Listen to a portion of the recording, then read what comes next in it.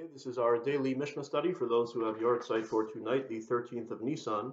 Esther Abend, Ruth Abramson, Mordechai Gershon, Rose Hankin, Simon Lefkowitz, Teresa Livingston, Helen Mendelson, Freda Spitkowski, and Gertrude Weiner.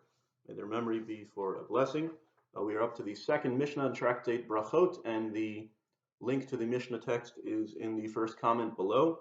We studied in the first Mishnah, when can you read the nighttime Shema, and the second Mishnah is about when can you read the morning Shema.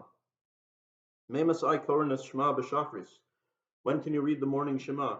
Mishayakir ben Tcheles Lelavan. From the point at which you can tell the difference between your blue and white strings on your tzitzis. So now we have to clarify. I happen to have blue and white strings on my talis and my personal tzitzis garment, in case you've seen in shul. Most people don't wear it. What is this tcheles, this blue, about? The Torah says your tzitzis are supposed to have a streak of blue. So this blue, the oral tradition says, has to come from a particular snail called the chilazon. It has to come from the dye has to come from its blood. And for centuries, after being exiled from the land of Israel, although there were always some Jews in Israel, but most Jews were exiled, and we sort of lost the tradition of how to get this snail. So that's why tzitzit became white. But talises, the garment, would have a streak of blue, stripes of blue, in memory of the fact that the strings are supposed to have blue. And then eventually those stripes of blue became dark blue or black, which is why talises have a black stripe. But the Israeli flag is actually based on a talis, because it's a white flag with blue stripes, and that itself is based on the strings of the tzitzis, which are supposed to have blue. Nowadays, there are many who think that we've rediscovered the proper snail, and I'm one of those amongst them. So you see this more in Israel, but people who actually wear tcheles in their tzitzis, it's quite expensive. It costs me like $80 a pair, so it's an expensive habit, so to speak, but I think it's the way to really fulfill the mitzvah. But anyway, the point in the morning at which you can tell the difference between your blue and white tzitzis. So that is a point in between dawn and sunrise, right? So dawn is the very beginning of rays of light, and sunrise is when the sun is fully up. So this is the point at which you can tell the difference. So just interestingly, nowadays, now in Kansas City, dawn is around 5:30. This time when you can start seeing a little bit is at 6, and full sunrise is at 7, just to give you a sense of how long these times last for. Okay, that's that opinion. But Rabbi Eliezer Omer ben Tcheles Lekarsi. Rabbi Eliezer says, no, you have to be able to tell the difference between the blue tzitzis string itself and the color green, because that requires more light, the commentaries point out, because the blue and green look pretty similar, so there has to be enough light. To tell between blue and white is kind of easy. You don't need so much light. But no, you'd have to be able to tell between blue and green. Okay. So that is the words of Rabbi Eliezer, Ad hanetzachama. And then he doesn't give you much time. He says, and you only have from that time until the sun rises. So you have between when there's a little bit of light until sunrise. That's when you have to say the Shema. So that's from like now, it's from like 6 to 7, let's say. Because the Shema itself says you say these words, B'shachbecha uvikumecha, when you lie down and when you get up. And he is interpreting, this is old school, as they say, that people are up by sunrise. Everyone's up by sunrise already. It's kind of funny. The sunrise is maybe when a lot of people are hitting the snooze on their alarm clock and starting to get up, especially now in quarantine, actually. But that's his opinion. We don't rule that way. We rule Rabbi Yoshua Omer ad shalosh shalos. Shekain derech malachim lamod b'shalosh shalos.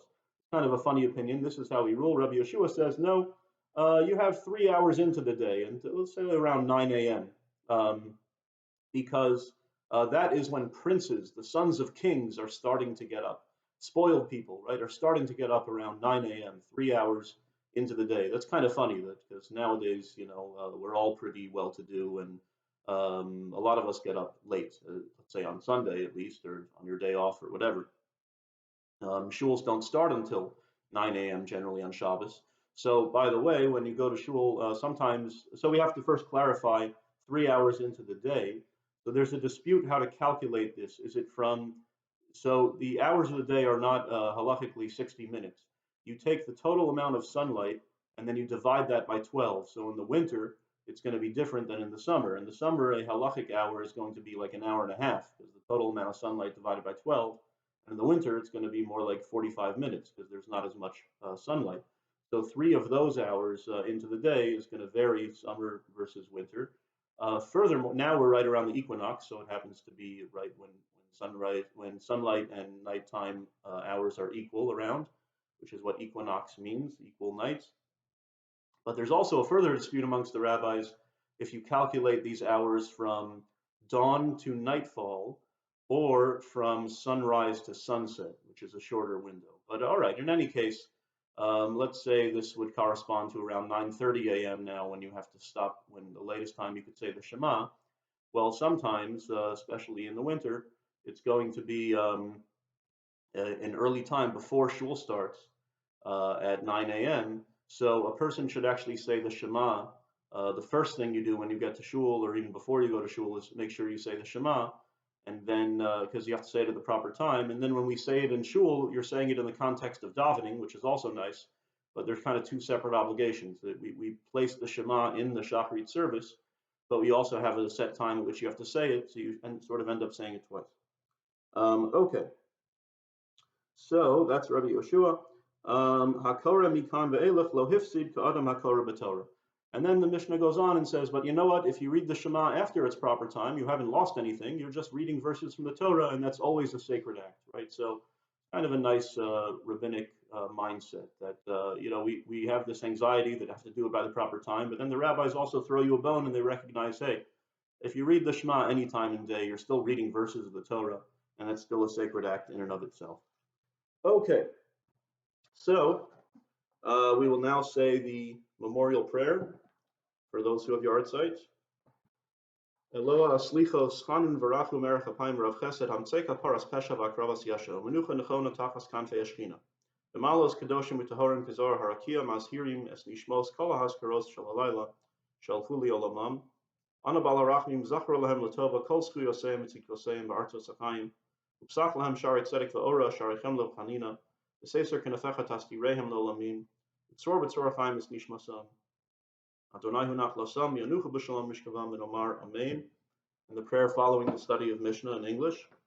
Please, O Hashem, full of mercy, for in your hand is the soul of all the living and the spirit of every human being. May you find favor in our Torah study and prayer for the souls of Esther Abend, Ruth Abramson, Mordechai Gershon, Rose Hankin, Simon Lefkowitz, Teresa Livingston, Ellen Mendelson, Freda Spitkowski, and Gertrude Weiner, in whose memory we pray. Accept them with love and affection, and send to them your holy and pure angels to lead them under the tree of life, near the souls of the righteous and devout men and women, to enjoy the radiance of your presence, to satiate them from your good that is concealed for the righteous. May their body repose in peace in the grave with proper contentment, pleasure, gladness, and peace. As it is written, let him enter in peace, let them rest on their beds, everyone who has lived in his proper way. As it is written, let the devout exult in glory, let them sing joyously upon their beds. And as it is written, if you lay down, you will not fear. When you lay down, your sleep will be sweet. Amen. We will also make, because it's Monday, and therefore a Torah reading day, we will make the Mishaberach L'cholim, the prayer for the sick. I only have one name, friend of Felicia Weiner, who is ill, and his name is Avram ben Masha Nechama. Mishaberach Avo Seinu Avram Yitzchak v'Yakov, Moshe and David Shlomo, Uvirei for Pesach Choleh Avram ben Masha Nechama. Avor Shem Yispalim Bavaro, Yischar Zeh Kadosh Baruch Hu Melei Rachmim Alav, Lachni Mel Rab Osel Lach Zikol Lach Yoso, Yishlach Lo Mehir Refuah Shalem Min Hashamayim, L'Ramach Rav Shizagi Dov B'Sov Shar Chol Yisrael, was a nefesh Fuhus Aguf, Ashta Bagalav Zman Karivin Omar, Amen. He who blessed our forefathers, Abraham, Isaac, Jacob, Moses, Aaron, David, and Solomon, may he bless and heal Avram ben Masha Nechama, as well as all those who are sick and suffering from the coronavirus, and all of those who need healing at this time.